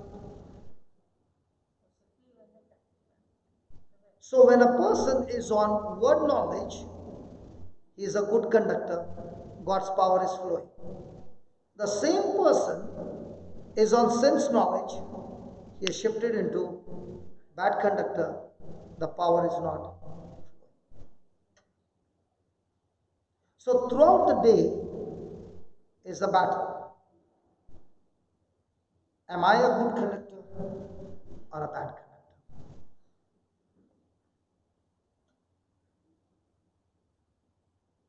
Praise God. And that's what you find Elisha. Is he still a good conductor under such stress? What about the servant? Elisha's servant. Good conductor, bad conductor. This day that we spent, how much of our life were we good conductors and how much of our life were we bad conductors? Today we must have spoken so many words to so many people. We did so many decisions. We did so many things. How much of that was good conductor? How much of that was bad conductor? And that is what decides your future. When it's good conductor, Jesus, His glory, His power, His mercy, His grace is active. Bad conductor, the evil powers, destruction, sickness, disease, sorrow, grief, divorce, pain is activated in our life. Look at the verse 17, 2 Kings chapter 6, 17. Elisha prayed and said, Lord, I pray thee, open his eyes that he may see. And the Lord opened the eyes of the young man, and he saw, and behold, the mountains was full of horses and chariots of fire round about Elisha. And when they came down to him, now the army came down to attack Elisha. Look at what was Elisha's words. Elisha prayed unto the Lord and said, smite this people, I pray thee, with blindness. Now when danger is coming against you, do you speak to that danger or against the danger, or do you speak about the danger? Did Elisha speak about the army, or did he say, Lord, strike them? So is Elisha in charge, or is Elisha begging? In the midst of a trial, am I in charge or am I begging? In the midst of my trials, am I in charge or am I begging? Should be in charge. So as long as I'm begging, will I ever see supernatural? So what about Jesus, who fought the battle for us, anointed us, gave us the power to heal the sick, cast out demons, go and reach out, set the captives free, set those who are in depression, addiction free? Are we able to do that? And we are not finding result. The reason is that we ourselves are not good conductors, but bad conductors, because our lives are governed by senses and not His word. Praise God. And he smote them with blindness according to the words of Elisha. Now, did God's power work according to Elisha or according to God? Look at the verse 18. Come on, look at the verse 18. What does it say? According to the word of Elisha or according to the word of God? So are things going to work according to your word in your life? What did the servant say? We are going to die. What did the man of God say? We are going to take over. What do you say? How much time I got? Up to 9, right? Yeah. Praise God. Okay, I want some people to come. Just wait. 5 minutes. I want somebody to come who has got problem in the bones. Problems in the bones. who has got problem in the bones, arthritis, joint pain. Come. Come.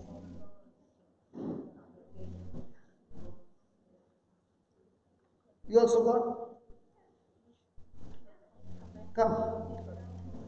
Okay, one by one. We'll take this three. Come. Three. Come. Okay. Can I shift this side?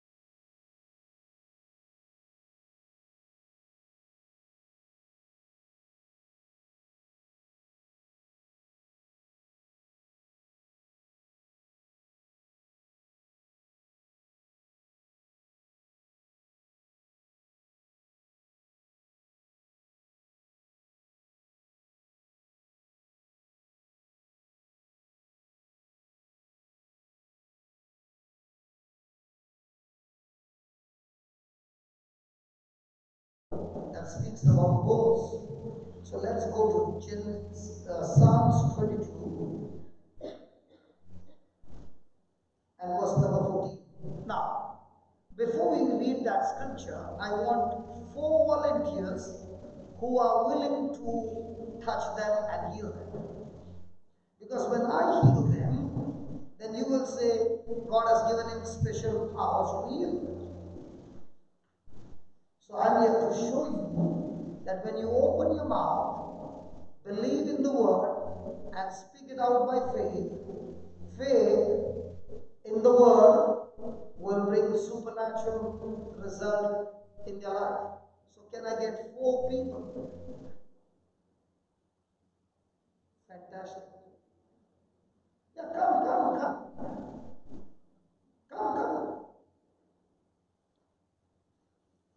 You can choose one. There are 3. We need one more. The wife is telling the husband, you go. Husband is saying, no, you go.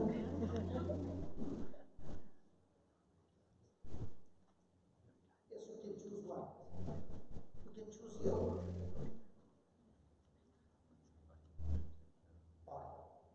Husband and wife, you are always on to stick together. Even this together. Okay, no problem. It's so good to hear that. Hallelujah. Okay. Let's read that scripture. I'm born of like water, and all my bones are also joined. My heart is like wax, it is melted melted in the midst of my bowels. Can you read that again, please? Because that word is what is going to heal you.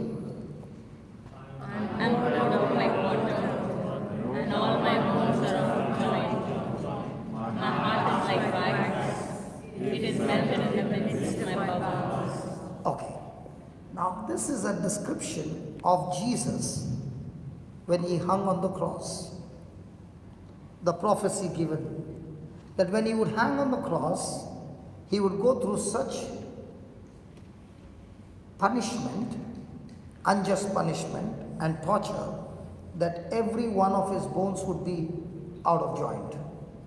And the reason it would be out of joint, so that your bones can be healed. Now, sense knowledge says you got a problem. Word knowledge says that Jesus took that problem into his body. Are you following? Yes.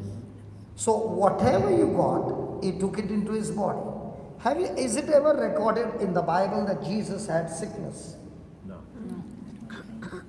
So he had a healthy body. So Jesus is saying, just as I took your sin in my body and I forgive you of sins, so your sin in my body, my holiness in you.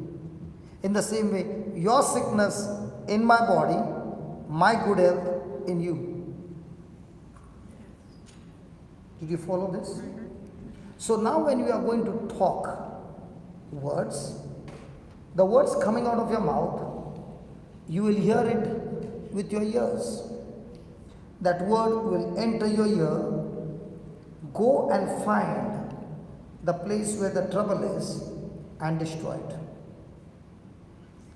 Is the Bible saying God's word is alive? Yes. Is it active?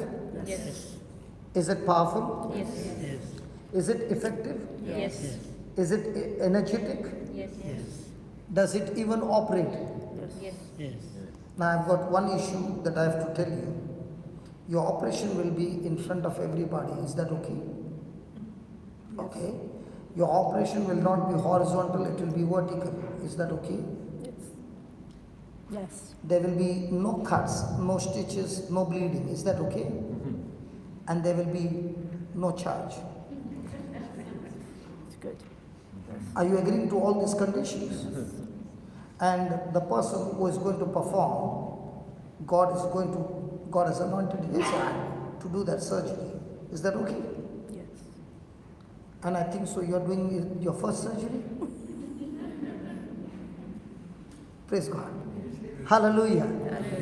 Thank you, Jesus. Thank you, Jesus. So hold hands. Now, why am I asking to hold hands? The Bible says Jesus touched and healed people.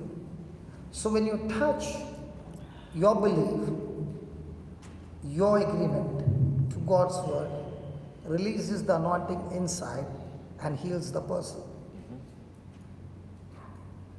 That's why the touch. Okay? So they are the ones who are going to do the speaking. You are not going to open your mouth, but your job is to hear every word attentively. When the word is spoken, you have to imagine, think, and agree with the word. The rest is, the word will do the job. Is that easy? Hello, is that easy? So close your eyes and all of you look at Jesus on the cross. Those who are sitting, you can take your mobile and do the recording of this prayer, and then you can send it to your friend. Your friend gets healed as well. Why? Because this is God's word. This word is anointed and it brings healing every time. Are you ready? Yes. Close your eyes, concentrate. Close your eyes. And those who are going to pray, say this word. Lord Jesus, Lord Jesus, I thank you. I thank you. One minute, you can stand here. Just stand here. Stand this side. Because your back is on the camera. Yeah. Lord Jesus, I thank you. I praise you. Lord, we heard the word that was preached And now we choose to believe your word, not based on sense knowledge, but word knowledge. We just now read the scripture, Psalms 22, verse 14. On the cross, Jesus, you suffered, you were beaten up, you were scourged at the pillar, your whole body was damaged, and all your bones were out of joint. Lord Jesus, you love me so much that your bones were out of joint, so that my bones are completely healed. Lord Jesus, in your name, I am talking to the spirit of infirmity.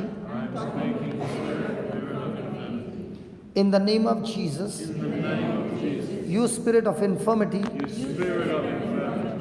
that has caused sickness and pain in this person, I bind you in the name of Jesus. I rebuke you.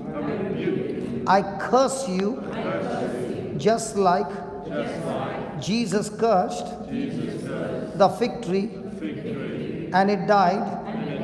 It died. I said it died from the root. In the same way, you spirit of infirmity, you are dead, you are destroyed, and you are cast out of this body right from the root. Go and be planted into the sea and never come back again. Lord Jesus, I thank you for answering my prayer. O Spirit of God, in the name of Jesus, I speak to all the bones, be aligned. Lord Jesus, your bones were out of joint, so that this person's bones are aligned, restored, recreated, made strong, adjusted, and healed. I thank you, Lord, for this quick surgery in the name of Jesus. Spirit of God, just as you align the bones, now I speak to the nerves, muscles, tendons, ligaments, cartilages, every tissue of this body be recreated now, completely, be restored, be aligned, be loosed, be relaxed, in the name of Jesus. Spirit of God, thank you for this quick surgery. Thank you for healing this person and taking away every pain out of this body. Thank you for this new alignment. Thank you for fixing this person completely in the name of Jesus. Now the other person says, in the name of Jesus, I am strong. I am healthy. I am set free. I am blessed. I am anointed. I am powerful. In the name of Jesus, I am set free. Amen. Yes. Now, you will be surprised. Turn as much. Listen. Do you believe? Turn it. No pain. Turn it. No pain. Yes, no pain. Yeah, turn it. That's what I'm saying. Turn, no pain. No pain. Turn again. Turn again. No pain. Come on, turn. Come on, turn. Turn faster. This is what brings us to Flinders. Turn, no pain. Look this side, look this side. Look this side, sister. Sister. Look this side. Turn. And turn. Come on, twist. No pain. After how many years you are turning? After how many years are you turning like this? No, I've had this happen every 2 or 3 weeks. But now there's no pain. But now there is no pain now.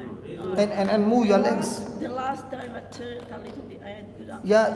And it would come out of the socket. It's not coming out of the socket anymore. He fixed it up. The Holy Spirit knit your socket, because this leg of mine also comes out of the socket. It's got fixed by the Holy Spirit.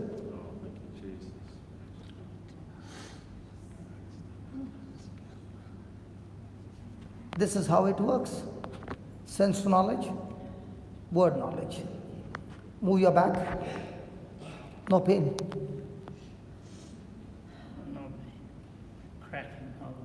Yeah, cracking all around because that alignment has taken place. You had not moved your back for a long time. And thank you, Lord, the wife doesn't need to massage anymore. Yeah.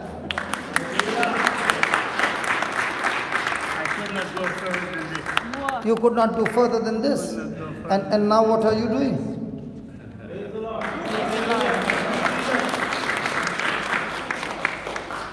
You can't believe it.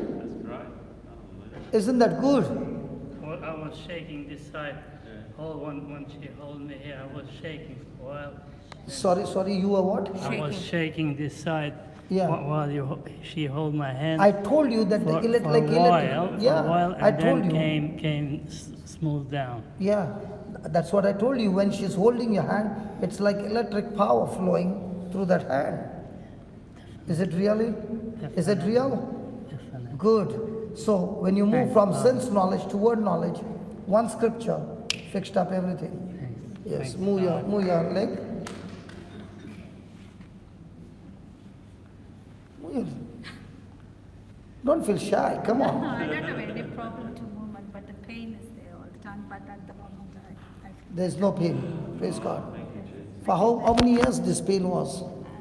4 or 5 years. 4 5 years. I can't even press it. You can't even press that. Now you can punch there. Nothing will happen.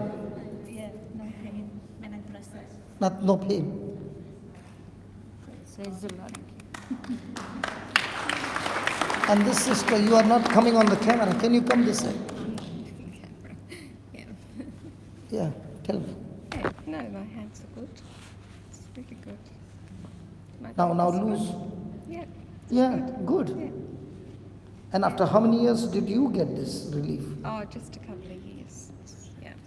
Is that good? It's good. Yeah, it's a bit sore there, but Praise God. God bless you all. Thank you so much. Now, brother.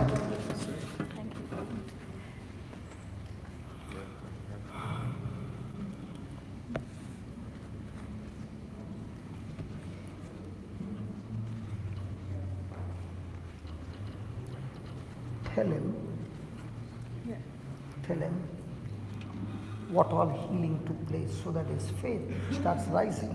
I did. I was writing down when you. He already read everything? Did you speak about that lady with the hip?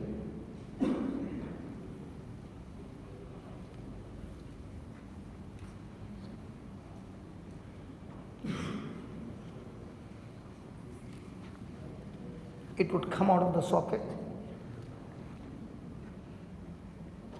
Praise God. Was he born? Was he born deaf?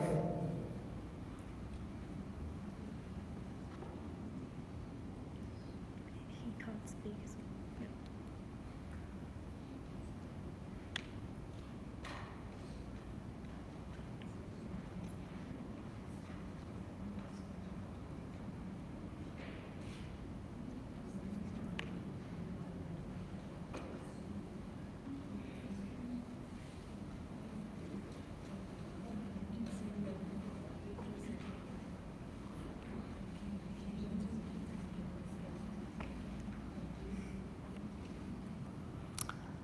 Praise God.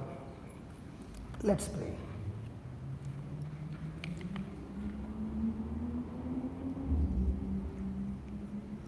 Just write down, tell him, like Elisha, God is going to recreate the eardrums, the nerves, that he is able to hear.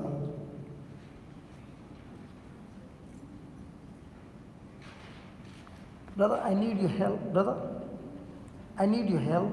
That Elisha, that verse you put, God did according to the word of Elisha.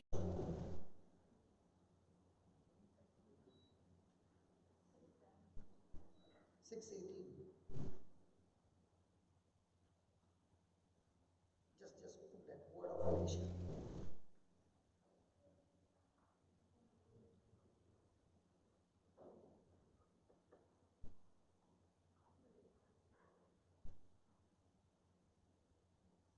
According to the word of Elisha. Okay? In the same way, the Lord is going to do according to the word that I speak.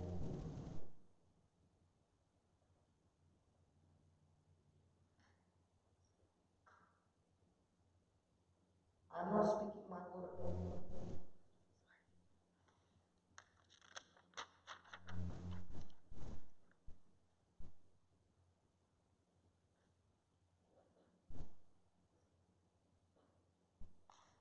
I'm speaking the Lord's word. Give me Mark 16:17.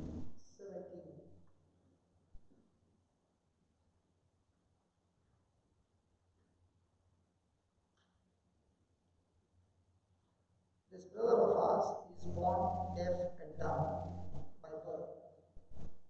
And tonight the Lord is going to perform this beautiful miracle as we believe in word knowledge according to the promise. These signs shall follow them that believe. In my name they shall cast out devils, they shall speak with new tongues, they shall take up serpents, and if they drink any deadly thing, it shall not hurt them. They shall lay hands on the sick.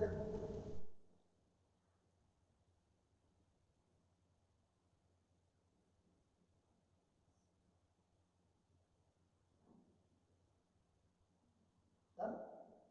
Look at the 20th verse. Just put the 20th verse, brother. And they went forth and preached everywhere, the Lord working with them and confirming the word that was preached with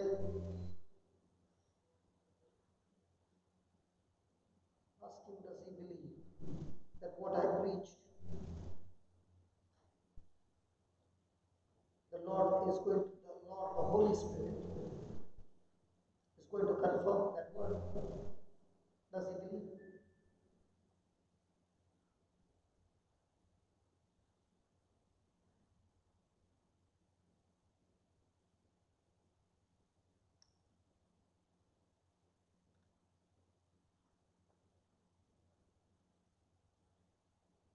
He's honest man. Doesn't matter.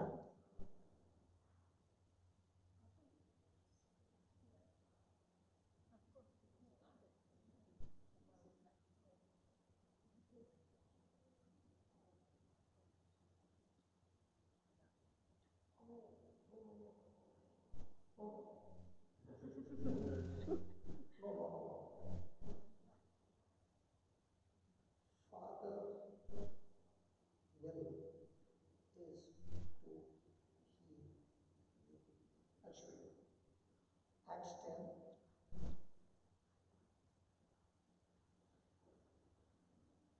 10:38.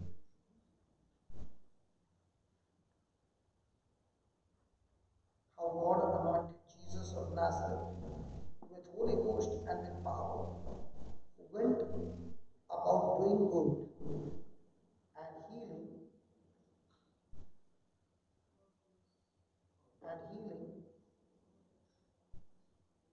healing all that were oppressed of the devil, for God was with him. If I do not believe right now, if I do not believe for their healing,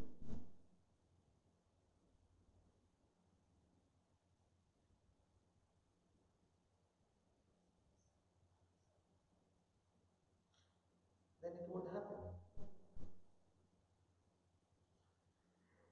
Mark 11:23.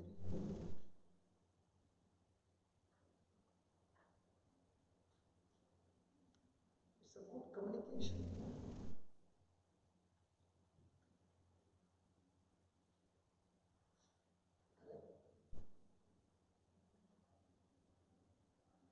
Praise God. Praise God. Read the last line. He shall have whatsoever he says. So if you say, then if you say yes,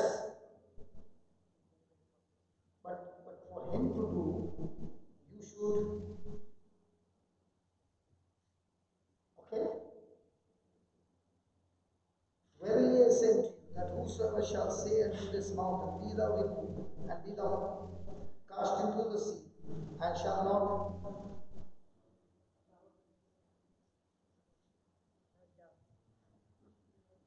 but shall believe those things.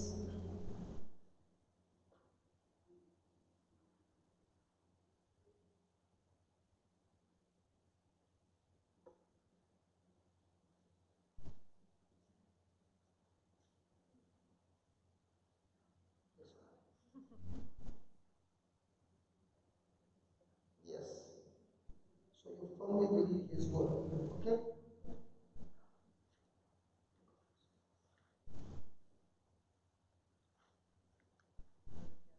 Heavenly Father,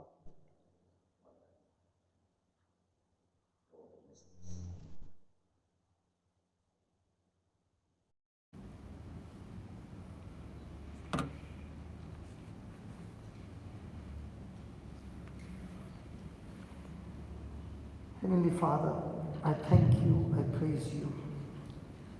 Lord, tonight we spoke on the word knowledge and sense knowledge. And I thank you that you confirmed the healing as we believed in your word. I thank you, Lord, that this is the time of glory.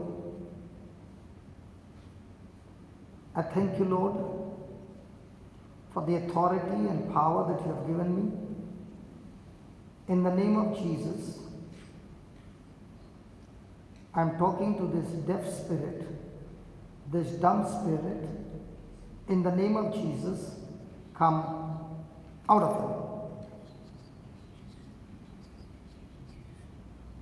Thank you, Lord, for casting out this deaf spirit, this dumb spirit, Spirit of God.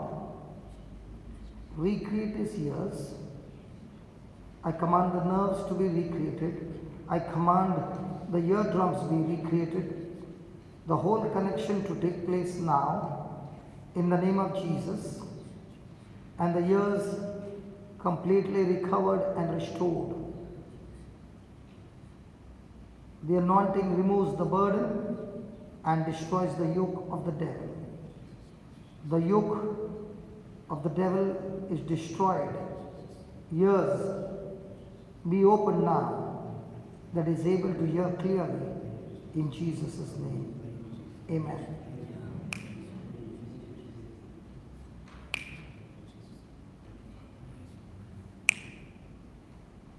Little? Nothing.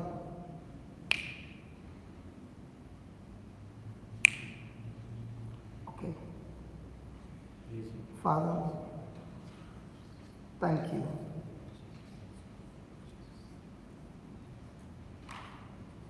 Lord, your word says that I can speak to the mountain. I'm talking to this deaf spirit. In the name of Jesus, come out. In the name of Jesus, be recreated. The eardrums, the nerves, the tissues, everything be recreated. In the name of Jesus, the connection to the brain be restored, that is able to hear. Lord Jesus, you said, the very things that you did, we are able to do those things when we believe in you, and much greater things than that. Lord, thank you for opening his ears completely, in Jesus' name. Amen. 0.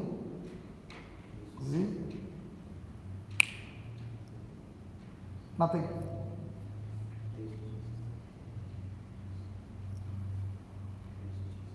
Lord, we have made that prayer, and we choose to believe what we have spoken.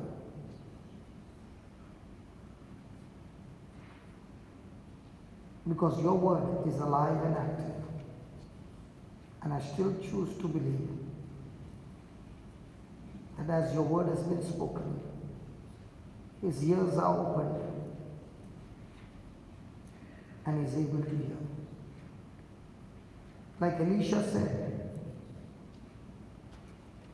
strike them with blindness, and the Lord smote them with blindness, according to the words of Elisha. I thank you, Lord, that his ears have been healed according to your word. The operation has taken place, the restoration has taken place, the recovery has taken place, and I thank you that the healing has begun, it has been completed, not yet manifested, but we believe and continue to believe, not on physical evidence, but on evidence of the word. Lord Jesus, I am not changing my words. I still continue to believe what your word says.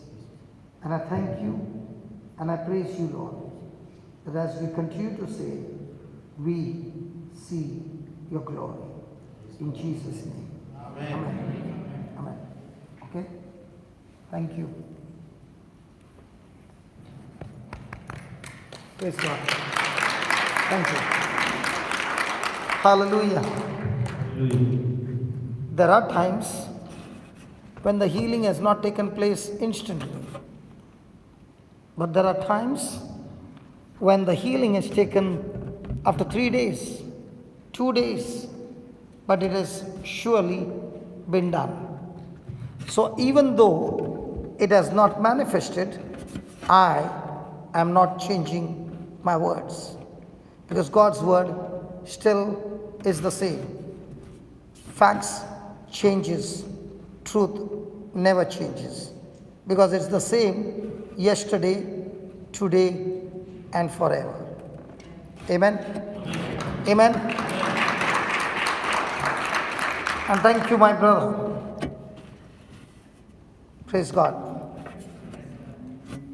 Can we take the worship? Adoration. Acha, worship.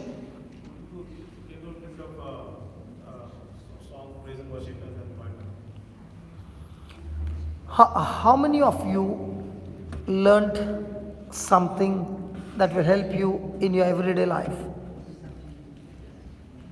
How many of you have learned that I need to make some corrections? Say, listen, there are books out there, there are CDs out there. None of the books are sold, none of the CDs are sold. In the book, it is not a prayer book. It is a book of scriptures and promises that you need to learn by heart and speak it out of your mouth. The CD is for 58 hours, which is preached, which you can put it in your car, and as you are traveling everywhere, you can keep on hearing, and it is speaking about biblical truths. When we meet again, I will hear so many beautiful things that have happened in your life because you choose to apply it in your life. Is that okay? Praise God. Yes. We do the adoration, and in the adoration we do the final blessing to the children for the Okay. with one song and adoration. Can we close our eyes for a moment till the time the brother comes to sing? Can we just close our eyes? And we have heard the word. What is going to be my response to the word?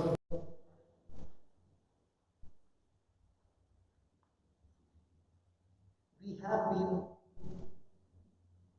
believing in Jesus. Today the Lord is speaking to us.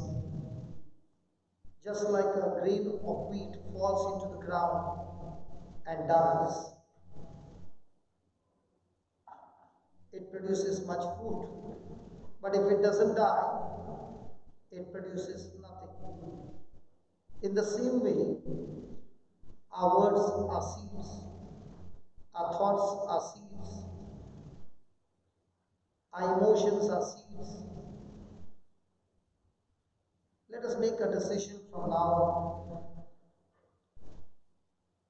that, Lord, I am willing to make that correction. I am willing to make that change. I am willing to study your word. The King of Kings, the Lord of Lords, Jesus, who is the same yesterday, today, and forever, is here in our midst. He is the same.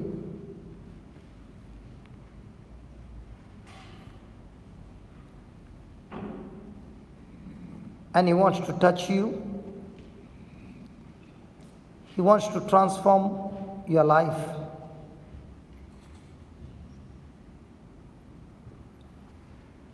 Let us respond to Him and tell Him, Lord, I no longer want to worship you with only my emotions, but with your truth.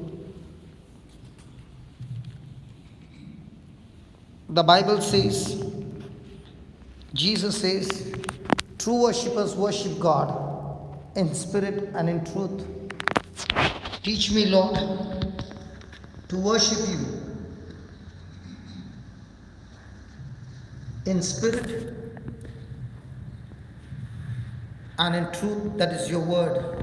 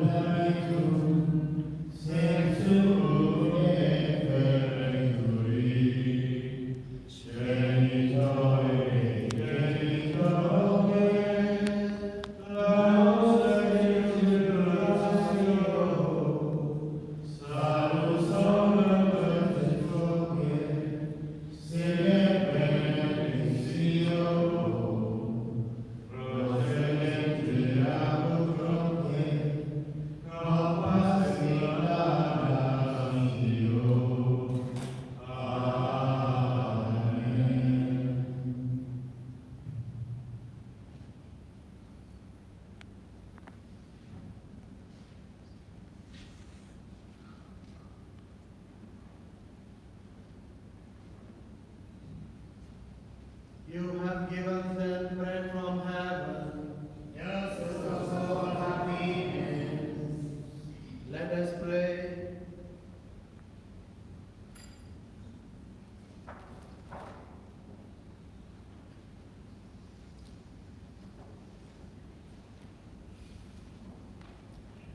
O God, who in this wonderful sacrament have left us a memorial of your passion, grant us, we pray, so to reveal the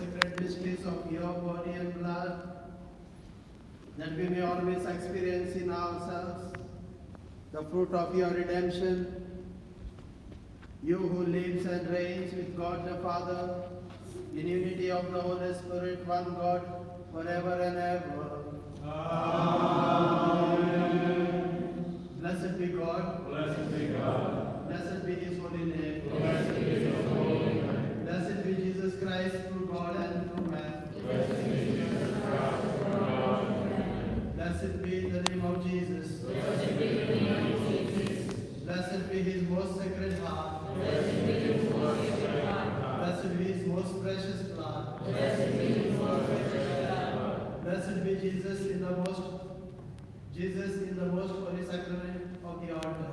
Blessed be Jesus in the most holy sacrament of the altar. Blessed be the Holy Spirit, the Paraclete. Blessed be the Holy Spirit, the Paraclete. Blessed be the great Mother of God, Mary most holy. Blessed be the great Mother of God, Mary most holy. Blessed be her holy and immaculate conception. Blessed be her holy and immaculate conception. Blessed be her glorious assumption. Blessed be her glorious assumption. Blessed be the name of Mary, Virgin and Mother. Blessed be the name of Mary, Virgin and Mother. Blessed be Saint Joseph, our most chaste spouse. Blessed be Saint Joseph, our most chaste spouse. Blessed be God in His angels and His saints. Blessed be God in His angels and His saints.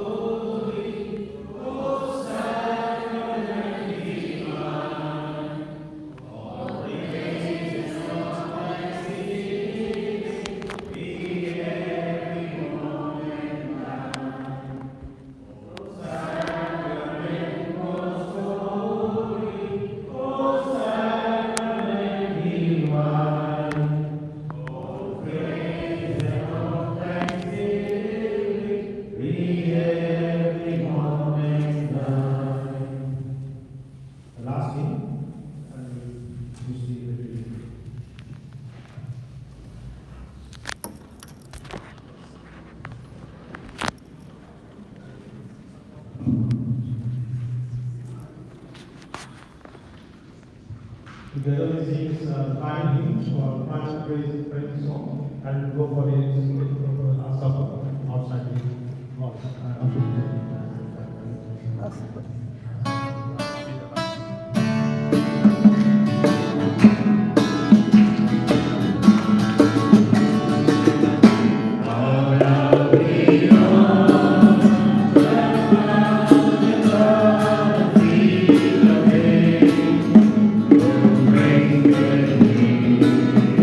Thank you.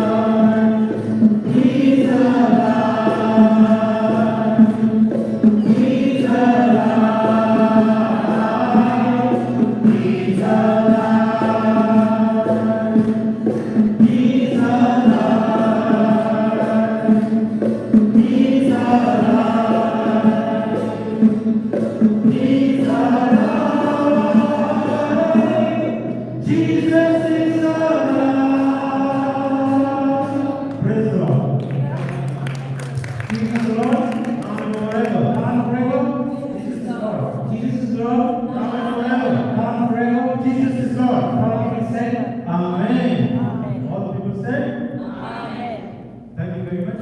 Thank you, Father.